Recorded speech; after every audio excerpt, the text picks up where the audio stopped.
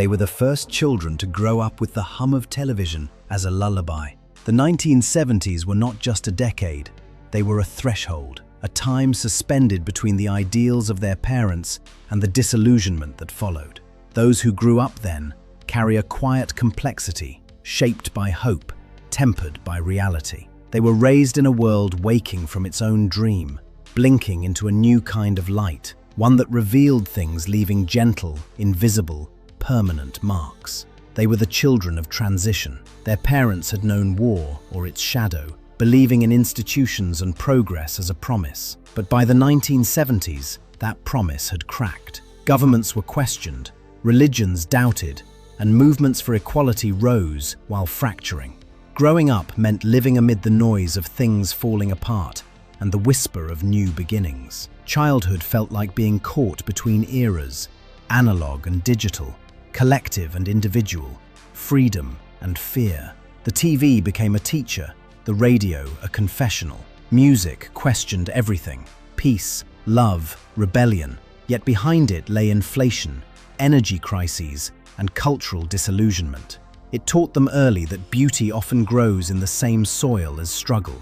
People who grew up then carry a poetic resilience. They learned to adapt to shifting values, technologies, and truths. Adaptability became a quiet superpower, but also a source of unease. When the world keeps changing, you learn to move with it, but risk losing where you belong. Many still carry that question: who am I between what was and what's coming? They learned independence as necessity. Many were latchkey kids, returning to empty homes, preparing their own meals, sitting with television until parents came back. That solitude became both comfort and scar. It made them capable, yet taught that closeness could not always be counted on. Later, this became self-reliance bordering on distance. People who can do everything themselves, but struggle to ask for help. They show love through action, not words, fixing things, providing stability, being reliable. To them, love is proven, not performed. This came from watching a generation that valued survival over expression. Emotions were private, sometimes even shameful. They grew up half fluent in feeling, aware of emotions but unsure how to express them. There is tenderness in that silence. Many learned to read rooms, sense moods, anticipate needs. Emotional intelligence became survival, especially for those whose parents were redefining life or recovering from disappointment. They became quiet peacemakers, believing harmony was their responsibility. As adults, many struggle to rest. They feel pressure to hold things together, not from control, but from a need for safety. They learned early that safety isn't given, it's made. They became steady presences, yet beneath that calm lies a longing to be cared for with the same steadiness they offer. Their world was tactile: records, books, letters, rotary phones. Connection required effort and patience. When the digital age arrived, they carried nostalgia for the physical, for things that could be held and fixed. They crave meaning through time and commitment. They don't just consume, they invest, because they were taught that love means maintaining, fixing, staying. They witnessed freedom movements, civil rights, feminism, liberation. Yet they also saw the cost. They watched adults chase freedom and sometimes end up lonely. They learned freedom can both liberate and isolate. Many still balance the desire for independence with the fear of being alone. They also saw the rise of mass media and the erosion of privacy. Appearance began to matter, not vanity, but perception. They learned to manage impressions long before social media, often at the cost of feeling fully seen. Beneath that lies a quiet fear of invisibility. In a growing, noisy world, standing out required difference, but too much difference risked rejection. Many chose the middle: safe, balanced, never complete. Nostalgia became a way to hold identity, not escape, but remembrance. Their trust in authority is complex.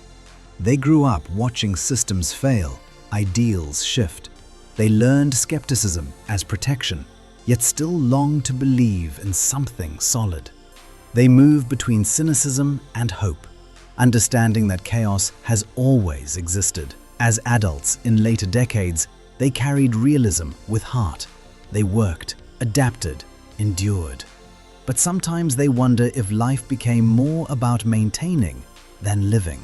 The 1970s taught endurance, not always how to receive. Every resilience has a shadow.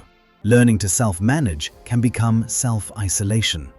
Many believe needing others is weakness, not pride, but history. They built inner fortresses, strong, steady, but lonely.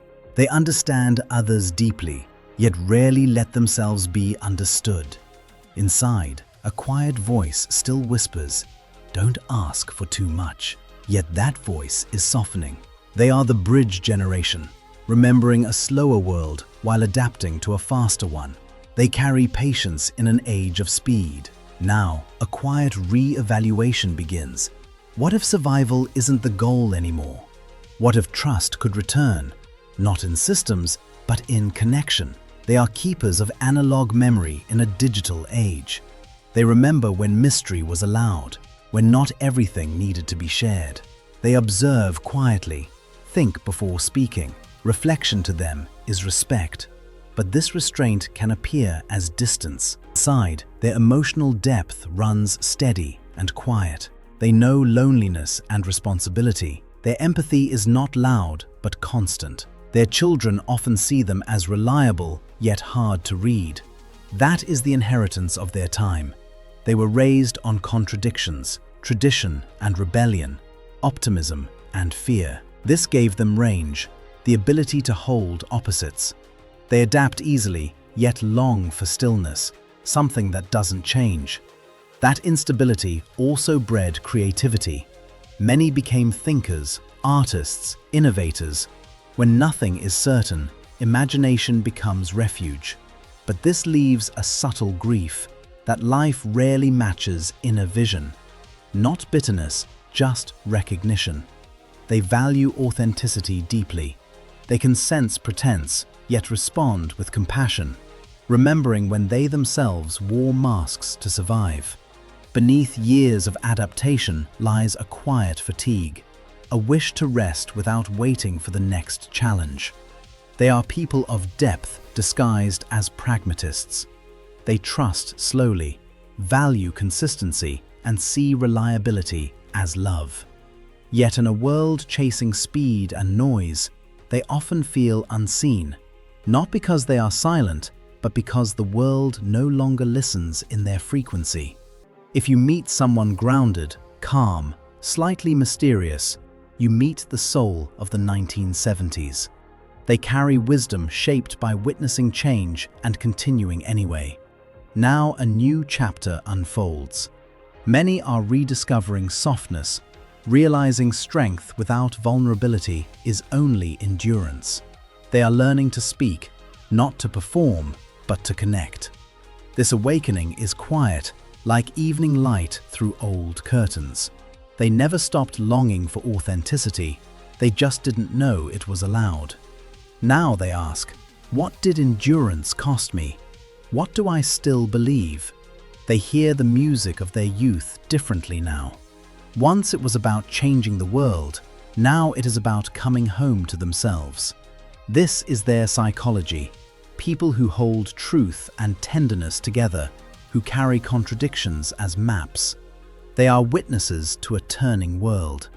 Their greatest contribution may be this: to remain human through change, to keep caring, remembering, and trying to love, even when tired.